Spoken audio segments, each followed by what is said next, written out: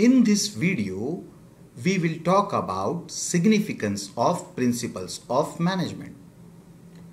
In the first video, we saw introduction, meaning and definition of principle, meaning and definition of principles of management, nature of principles of management. In current video, we will see significance of principles of management. Following are some of the important principles of management. We will see one by one. The first and most important significance of principles of management is it provides useful insight to managers. Generally, principles of management helps the manager to understand the organization. It also helps to improve the understanding of the situation and problems. Once we get to know the problems, now we need to find out the solution to the same problem and handle the situation. We need to understand that these principles are outcome of experiments by many professionals. That's why these principles plays an important role in management of the organization. हम सबसे simple way में समझते हैं कि organisation को अगर समझना होगा तो हमें प्रिंसिपल्स ऑफ मैनेजमेंट अप्लाई करने होंगे. अगर एक बार हमें प्रॉब्लम समझ में आई तो हमें उसके सॉल्यूशंस ढूंढने होंगे. और जनरली यह जो प्रिंसिपल्स ऑफ मैनेजमेंट होते हैं वो एक्सपर्ट लोगों ने बनाए हुए होते हैं, इसलिए ये मैनेजमेंट के लिए बहुत हेल्पफुल होते हैं. It also provides the manager with useful insight into real world situation. Without these insights, it is difficult to frame policies of the organization. ये जो प्रिंसिपल्स है वो मैनेजमेंट को एक दूरदृष्टि देते हैं. Managers to learn from past mistakes and avoid repeating the same. It also saves time by solving recurring problems quickly. It also increases managerial efficiency. हम हमारे जो गलतियां हैं उससे सीख लेते हैं और उसे न दोहराने की कोशिश करते हैं, जिसकी वजह से हमारा वक्त बचता है. ऑर्गेनाइजेशन में कुछ प्रॉब्लम्स जो होते हैं वो रिपीटेड नेचर के होते हैं. रोज रोज वो प्रॉब्लम आते हैं और मैनेजमेंट प्रिंसिपल का उपयोग कर कर हम इन प्रॉब्लम को जल्दी से जल्दी सॉल्व करने की टेक्निक सीख जाते हैं, जिसके वजह से हमारा समय भी बचता है और इसी कारण हमारी मैनेजरियल इफिशिएंसी भी बढ़ती है. Second significance of principles of management है helpful in efficient utilization of resources. Every organization have two resources with them, that is physical resource and human resource. Physical resource means resources such as material, machine, money, etc.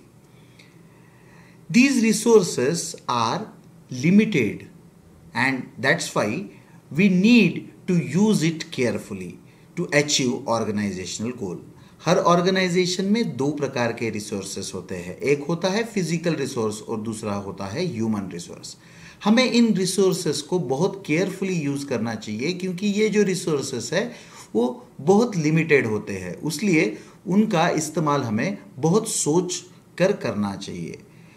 Optimum utilization of resources. Optimum use means use of resources in such a way that it will give maximum benefit with minimum cost. It also avoid wastages. Use of standard tools and machinery will help in increasing quality and productivity. It also increases efficiency of human resource. Optimum utilization यानी क्या? ज़्यादा से ज़्यादा resources का इस्तेमाल होना चाहिए जिसकी वजह से हमारी कॉस्ट कम होगी. इससे हमारे वेस्टेजेस भी कम होंगे. इसका उपयोग हमें ऑर्गेनाइजेशनल इफिशिएंसी इंक्रीज करने में होगा. There is need of maintaining discipline and healthy working environment in the organization. Healthy working environment helps to establish cordial relationship between management and employees. It helps to increase the efficiency of the employees. This will help to reduce wastage of resources due to trial and error methods used in organization. जिस organisation में discipline होता है उस organisation में healthy working environment develop होता है, और अगर हमारे ऑर्गेनाइजेशन में हेल्दी वर्किंग एनवायरनमेंट होगा तो इसका अर्थ है कि मैनेजमेंट और एम्प्लॉय के रिलेशनशिप जो है वो अच्छे होंगे, जिसकी वजह से एम्प्लॉयज़ का जो इफ़िशियंसी है वो बढ़ेगा, जिसकी वजह से हमारे वेस्टेजेस भी कम होंगे। ट्रायल एंड एरर मेथड में वेस्टेजेस बढ़ने की संभावना ज़्यादा होती है, इसलिए हम स्टैंडर्ड मेथड यूज़ करेंगे जिसकी वजह से हमारे वेस्टेजेस कम से कम होंगे, जिसका ऑर्गेनाइजेशन को फ़ायदा होगा। Next significance of principles of management है scientific decisions. Scientific decisions means systematic or balanced decisions. Decisions must be based on facts. हम जो भी डिसीजन लेंगे वो फैक्ट्स पे बेस्ड होने चाहिए, कहीं सुनी बातों पर हमने डिसीजन नहीं लेने चाहिए। Decisions must taken within time. Unnecessary delay may cost the organization. Decision must be realistic and achievable. Organizations need to take decisions which are measurable and can be evaluated in future. Decision कैसे होने चाहिए?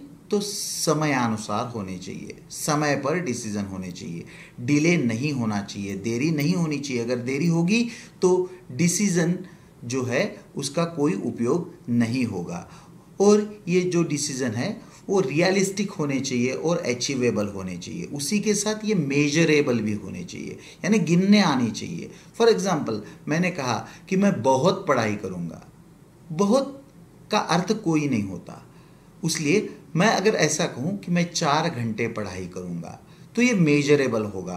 बहुत पढ़ाई करूँगा measurable नहीं होगा। जल्दबाजी में लिए हुए डिसीजन ऑर्गेनाइजेशन के लिए अच्छे नहीं होते, इसलिए सोच समझकर और सही समय पर डिसीजन लेने चाहिए। While taking decisions, emphasis must be given to logic rather than on blind faith. Management decisions taken on the basis of principles are free from biases and prejudice. It trains the manager to handle the critical situation tactfully. जो भी हमारे decision होते हैं वो बहुत सोच समझकर logical वे से लेने चाहिए। कोई ब्लाइंड फेथ हमें इसके लिए इस्तेमाल नहीं करना चाहिए। कोई भी बायस या प्रिजुडाइस, हम किसके बारे में कोई बायस रखकर कोई डिसीजन नहीं लेना चाहिए, हमें सोच समझकर डिसीजन लेना चाहिए। They are based on objective assessment of the situation. Situation समझकर हमें डिसीजन लेने चाहिए। Next significance of principles of management है understanding social responsibility. Day by day there is increase in awareness among the people. Social media is playing key role in increasing awareness. Organizations are not only look for maximum profit but also pay attention towards social responsibility. दिन ब दिन लोगों में awareness बढ़ता जा रहा है और सोशल मीडिया इसमें बहुत अच्छा काम कर रहा है। इसलिए हमें यह जानना ज़रूरी है कि ऑर्गेनाइजेशन का काम सिर्फ प्रॉफिट कमाना नहीं है, तो समाज के प्रति भी जवाबदेही ऑर्गेनाइजेशन रखती है। तो किनके प्रति यह जवाबदेही है? तो हमारी जवाबदेही शेयर होल्डर्स के प्रति है, कस्टमर्स के प्रति है, सप्लायर्स के प्रति है, एम्प्लॉयज़ के प्रति है और गवर्नमेंट के भी प्रति है। इसलिए business have social responsibility toward share holders, customers, suppliers, employees, government etc. Business की जवाबदेही इन लोगों के प्रति कैसे है? तो हम कुछ एग्जाम्पल लेते हैं। कस्टमर के प्रति क्या जवाबदेही है?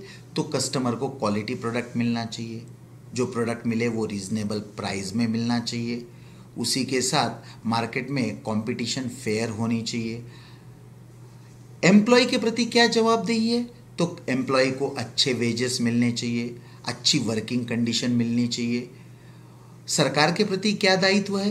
तो सरकार को हम बराबर समय पर टैक्स दे, टैक्स की चोरी ना करे। इस प्रकार अनेक दायित्व अगर बिजनेस अच्छे से निभाता है तो उसका फायदा बिजनेस को भी होता है और समाज को भी होता है। Principles of management encourages research and development.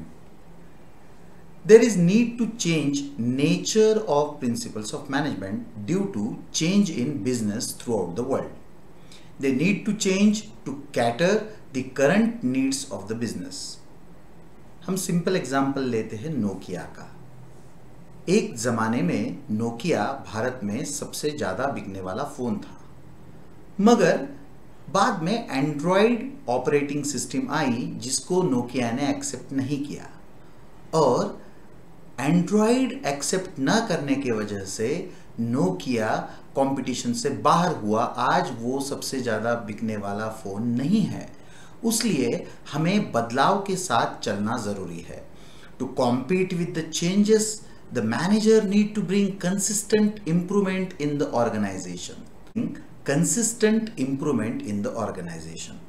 ऐसा कहा जाता है कि improvement and development are unending process, यानी विकास एवं सुधार यह निरंतर चलने वाली प्रक्रियाएं हैं।